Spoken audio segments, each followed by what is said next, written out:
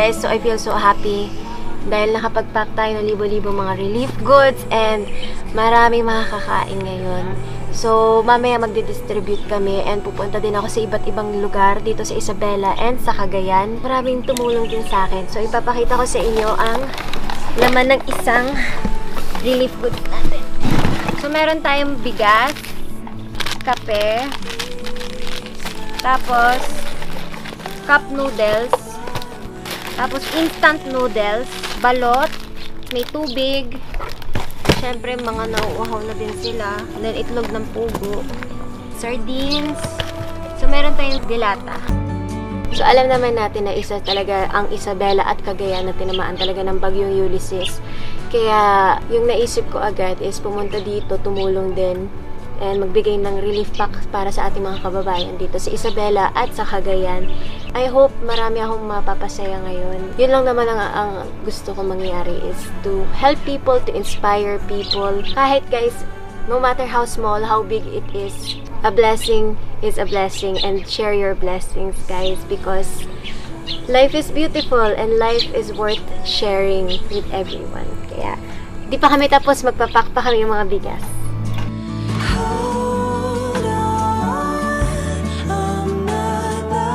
Okay lang sa akin magganto every time. It makes me really happy. Yung pag-pack and pagbigay ng tulong sa ating mga kapwang Pilipino din na nangangailangan. Kasi para sa akin, ginamit ako ni Lord bilang isang instrumento para makatulong din sa iba. And I feel really blessed and I feel really happy doing this and making other people happy and knowing that maraming pamilya ang makakakain ngayong araw na to. Pagkabigay syempre namin pa rin safe na makalabas. So ako na lang yung bumiyahe kasi nga nahihirapan ako na makita sila dito, yung mga tao dito sa Cagayan tsaka sa Isabela na gano'n. Tapos nasa bahay lang ako. So pinilit ko talagang makapunta dito para makatulong din ako and I feel really happy and masaya naman sila mama, kausap ko sila. Gusto nila syempre pumunta din dito, tumulong, magpasaya ng tao, kaso it's not the right time. So babalik din kami dito kasama yung Alawi family very very soon. Basta ang priority lang natin ngayon is makatulong and yun ang importante. Kaya maglagay na tayo ng itlog.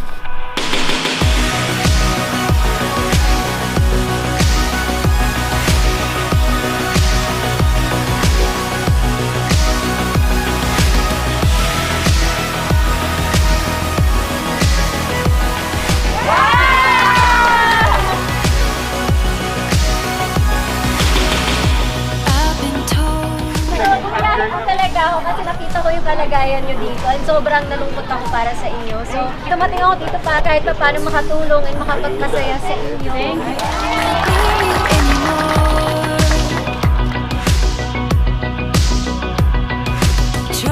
Nagbigay siya ng 200,000 para sa Santo Tomas, itong batang ito. Pasalamat kayo sa kanya, saka mga relief goods. Ito talaga ang tinamaan. Ito ang tinamaan na Santo Tomas. Talagang lubog na lubog sa tubig itong bayan na ito. Meron nung pinak si Ivana na relief goods para sa inyo. Meron pinak na relief goods kasama sa inyo. May kasamang pabango pa. Okay? Sige. Salamat po!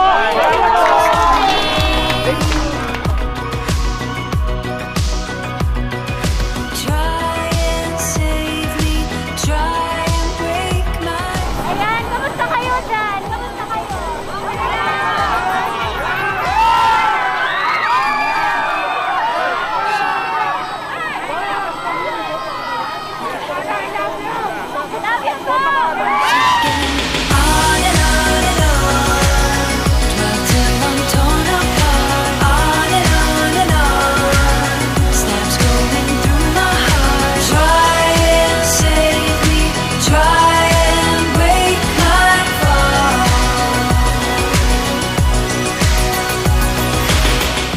So nandito na tayo ngayon sa Cagayan Valley, Tugigaraw.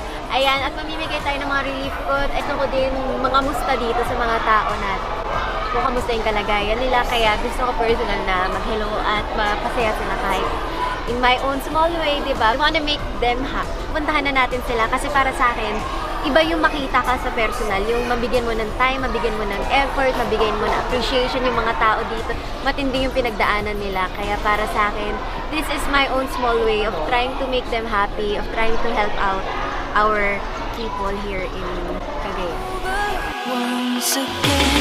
On and on and on, 12 till I'm torn apart. On and on and on, try and break my fall. On and on and on, 12 till I'm torn apart. On and on, stabs going through my heart. Try and save me, try and break my fall.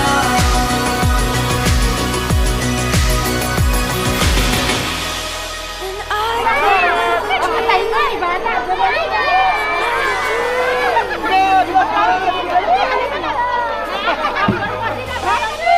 I could never find another fight.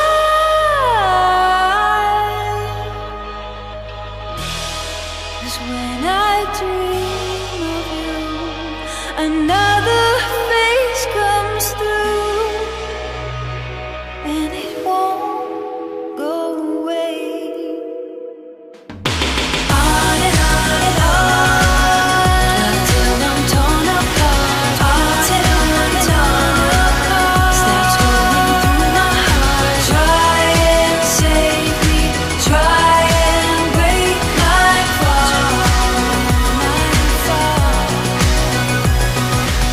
Pupunta kami sa next lugar, pero hindi na kami magdadala ng relief kasi nagkakagulo. So, nandun yung relief sila na magpapamigay kasi masyadong nagkakagulo na kami dun kanina.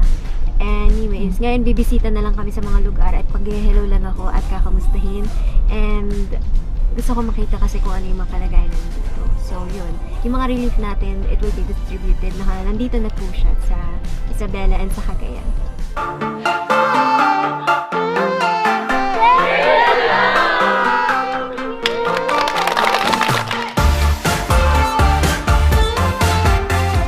So, break time muna kami para kami magpipiknik. So, and I feel so happy kasi parang ang dami kong nakitang nakangiti, ang daming nagsisigawan kanina, and it just makes me feel more blessed and parang mas na-inspire ako makatulong pa. Mas mahirap.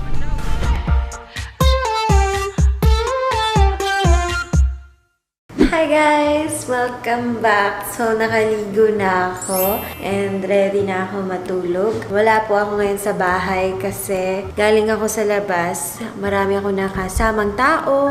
Ayoko lang iput at risk ang family ko because I have been exposed outside at maraming tao ako nakaharap, which I do not regret. This is one of the best things that I've done. Pero yun nga lang, kailangan lang namin magtiis na maglayo muna until I self-quarantine. Para lang safe na safe ang family ko, syempre. So, yan. So, ayan. Welcome back. At ngayon, matutulog na ako kasi may shoot ako mamaya. Oras ngayon is 3:15 AM and meron akong shoot mamayang umaga. Kaya, matutulog lang ako konti tapos trabaho na. Hindi na ako masyadong nakapag-vlog ng sobrang haba doon. Ang importante lang naman doon is makapagpadala ako ng tulong and makapagpasaya ng tao, and lahat ng pagod is super worth it for me to go there and see their smiles, their screams, their happiness sa mukha nila. Parang sobrang na-appreciate ko yun. Kasi yung point ko was to go there para magpasaya ng tao. Kasi matindi talaga yung pinagdaanan nila sa bagyong Ulysses. Parang ako inisip ko na kailangan kong tumulong. Kailangan ko pumunta dun personally. Kailangan kong mag-impake. Kailangan kong mag-ready ng mga relief goods. And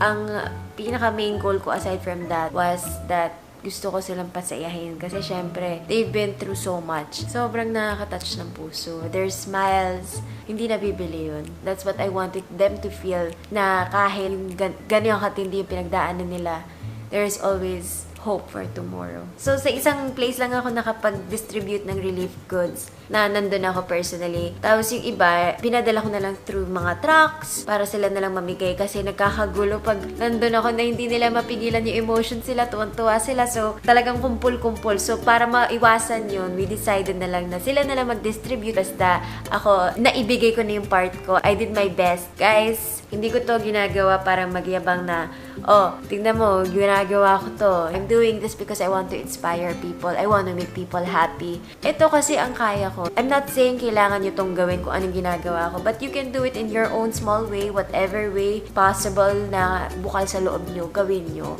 Kasi malaking tulong yan sa ating mga kababayan. And kung makita mo lang yung mga ngiti nila, talagang nakakataba ng puso. Nagsisigawan sila, I love you. Parang, alam mo yun, and despite all of the pain they've been through, it's not a joke. And for them to just feel love and feel happiness kanina, it's something that I'll treasure forever. Hindi ko siya ginagawa para magyabang. Hindi ko siya pinapakita na, oh guys, nakaganito, ganyan, dapat ganito. I never compare myself to anyone. Basta ako, ito ang nakakaya kong gawin at gagawin ko siya with all my heart. Bahala kayo. Kung anong ginagawa nyo, continue doing it kasi may natutulungan ka din. Let's all help each other. Let's all support each other. Let's all pray for each other. Like Mona says, and I'm gonna video call them now. Sana gising pa sila. Sabi nila, antay nila ako.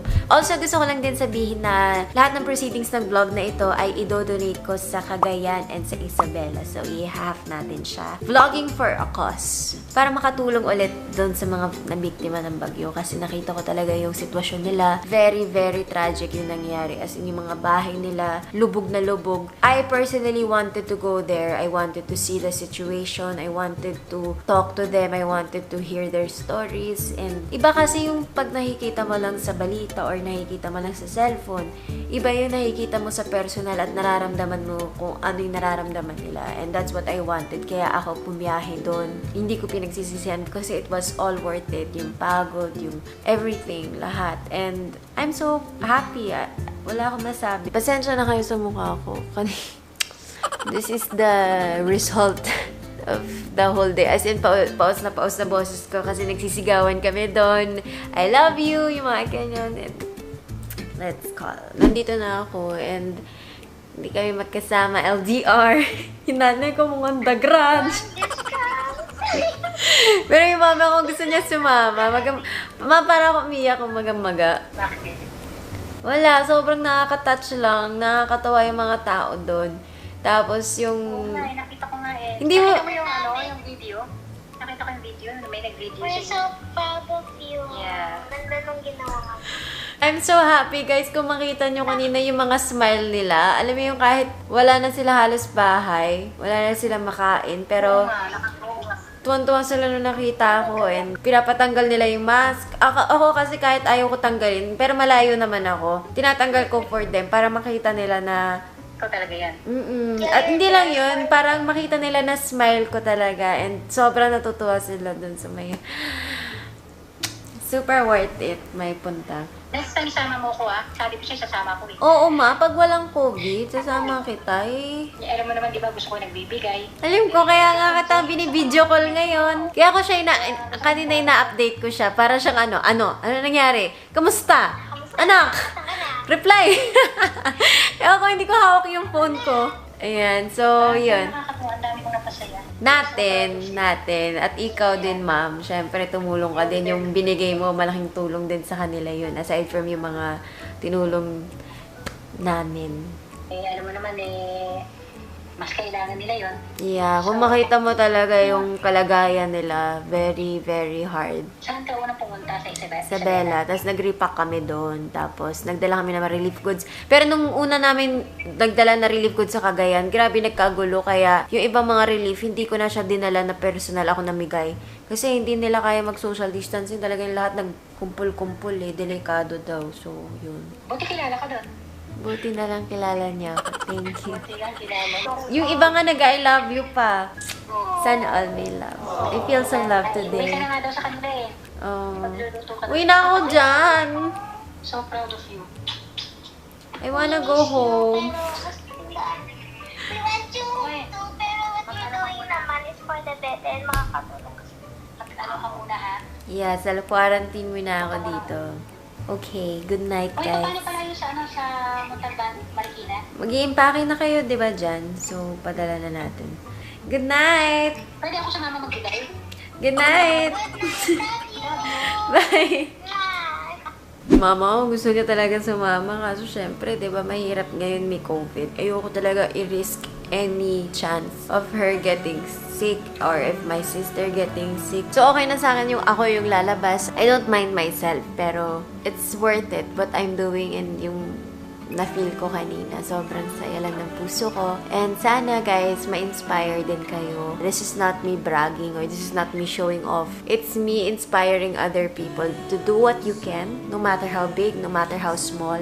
As long as it's from your heart, then do it. Because marami ka mapapasaya, marami ka mapapangiti, at marami ka matutulungan. Let's all help each other and make Philippines a better place. I believe in that, and I believe in you.